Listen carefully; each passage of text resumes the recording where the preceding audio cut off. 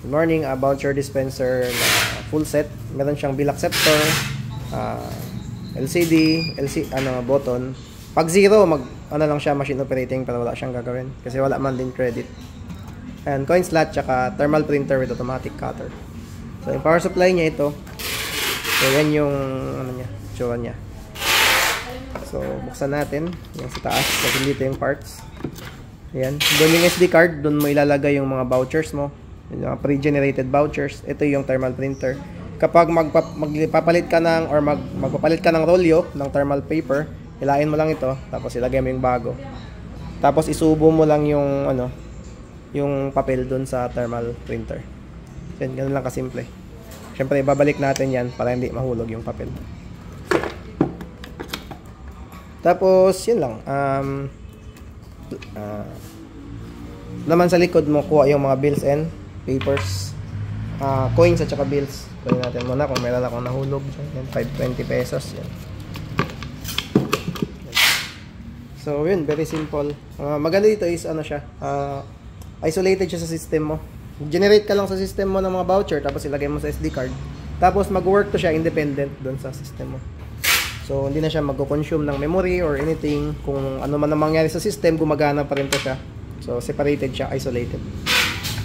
So, meron akong nilagay na 5 rates. 1, 2, 3, 4, 5. So, nilagay ko price 5, 10, 15, 20, 25 pesos.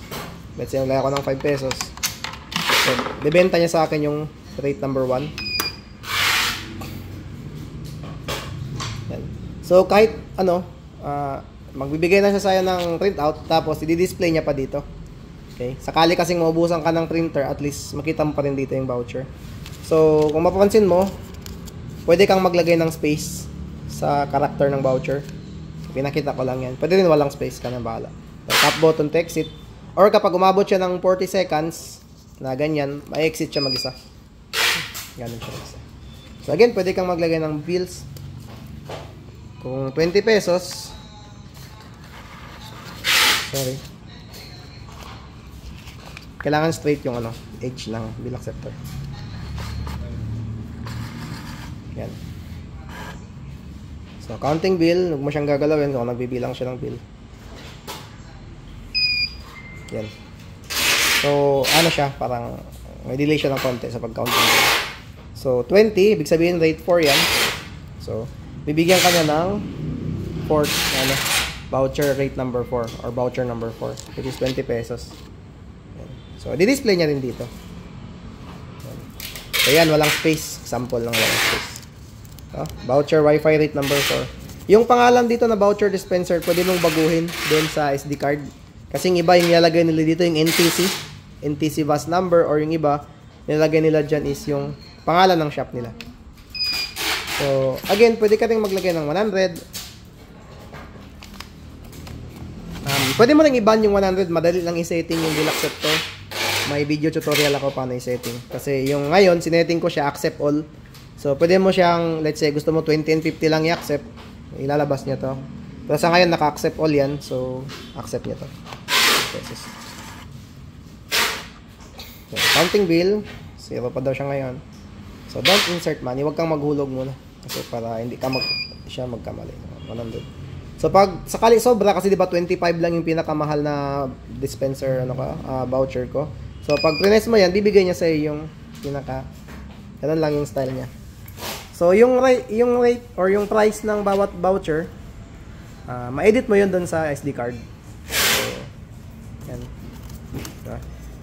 Wi-Fi rate number 5. Tapos, babawas niya na yung 25 pesos. So, 75 na lang yung credit mo. So, ganun. So, yung price ng, yung 5, 10, 15, 20, 25, pwede mong baguhin yun. Kasi karamihan sa mga naggaganito, yung ganitong setup, yung pinakamahal nila actually is 100 pang isang linggo daw. Yung iba nga, 300 yung nandito. Kasi nagmagawa sila nito sa mga centralized voucher. Tapos, dito nila binebenta yung mga pangmatagalan. Kasi may resibo siya eh. Diba? May resibo siya. So, let's say, kahit yung rate 1 ng iba, pang 1 day, 1 week, ganyan, 1 month, 2 weeks, para at least dito nila mabenta yung mga voucher na medyo mahal and medyo pang matagalan para matagal magamit ng customer. Tapos, since meron siyang printout, meron silang parang kumbaga resibo na hindi nila makalimutan yung voucher code. So yun, I guess this one. Same lang ito sa mga dating voucher dispensers. Ang naiba lang, meron siyang bill acceptor. In tutorial, paano gamitin, paano maglagay ng voucher sa SD card, meron tayong separate tutorial para doon. Tsaka yung paano mag-setting yung pangalan. Kasi yung nakalagay dyan, voucher dispenser lang, di ba? So, usually nilalagay nila dyan yung ano yung piso wifi nila or ano yung NTC bus number sakaling mga merong NTC number. Then, thank you for watching.